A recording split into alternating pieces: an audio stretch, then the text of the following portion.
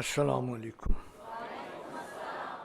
আল্লাহ রসুল সবসময় উদ্যোগকে, ইস্তেহাদকে গুরুত্ব দিয়েছেন।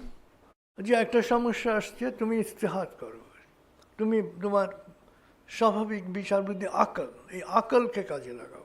আসলে তাত্ত্বিক জ্ঞান এবং আকলের মধ্যে তফাৎ কোথায়? ধরেন একটা বহুজাতিক কোম্পানি, দুজন অফিসারকে নেওয়া হয়েছে, দুজন একই সময়ে নেওয়া হয়েছে। একজন হচ্ছে ধরেন হার্ভার্ডের MBA, কারণ হার্ভার্ডের MBAরা বিখ্যাত, তারা খ্যাতিমান, তারা অনেক জায়গারই CEO। আরেকজন নর্মাল, এমনি ধরেন গ্র্যাজুয়েশন করা আর কি, অফিসার দুজন। দেখা গেল যে নর্মাল যে তার বেতন বাড়ছে তার চেয়ে বেশি। তো এখন হার্ভার্ডের MBA, তার তো পোস্ট পাস আলাদা।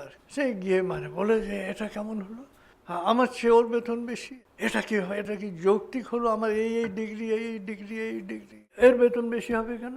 তো যিনি কর্তা ছিলেন তিনি হাসলেন, ম্যানেজার। বলে যে দেখো, তোমার যে জ্ঞান এটা হচ্ছে কিতাবি জ্ঞান, তুমি তথ্য পড়েছো, কিন্তু এর যে জ্ঞান এটা হচ্ছে প্র্যাকটিক্যাল জ্ঞান। সে বাস্তবতা থেকে শিখেছে, তার দ্বারা কোম্পানির লাভ হচ্ছে বেশি, কাজ হচ্ছে বেশি, অতএব এই জন্যে তার বেতন বেড়েছে। সে তার কমন সেন্সকে অ্যাপ্লাই করে। কমন সেন্স যখন আপনি অ্যাপ্লাই করবেন, আকল যখন অ্যাপ্লাই করবেন, এই আকলকে রাসূলুল্লাহ সাল্লাল্লাহু আলাইহি ওয়াসাল্লাম বলেছেন একজন মানুষের সবচেয়ে বড় সম্পদ হচ্ছে এই আকল, যে আকলকে ব্যবহার করা, অর্থাৎ সহজাত বিচার বুদ্ধি, যেটাকে আমরা কমন সেন্স বলি। এই কমন সেন্সটা হচ্ছে সবচেয়ে ইম্পর্টেন্ট, সবচেয়ে গুরুত্বপূর্ণ।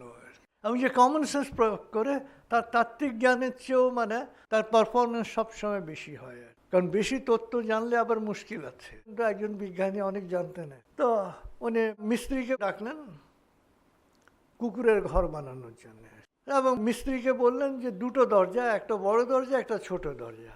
তো মিস্ত্রি জিজ্ঞেস করলো যে কী জন্য দুটো দরজা লাগবে? বলে যে না, বড় দরজা দিয়ে বড় কুকুরটা ঢুকবে, ছোট দরজা দিয়ে ছোট কুকুরটা ঢুকবে। তো মিস্ত্রি এসে বললো যে স্যার, একটা বড় দরজা দিয়েই তো যথেষ্ট, ওটা দিয়ে ছোটটাও ঢুকতে পারবে, বড়টাও ঢুকতে পারবে। তখন তিনি তাকিয়েছেন, বলছে তাই তো, আমার মাথায় এই বুদ্ধিটা এলো না কেন? তো আসলে আকলটা হচ্ছে খুব ইম্পর্টেন্ট জিনিস। আকলটাকে প্রয়োগ করতে হবে সবসময়, তথ্য জ্ঞান কাজে লাগে না। এবং সহজাত বিচার বুদ্ধি যে প্রয়োগ করে সে সবসময় বিনয়ী হয়, এবং এই বিনয়ী হওয়াটা হচ্ছে খুব গুরুত্বপূর্ণ।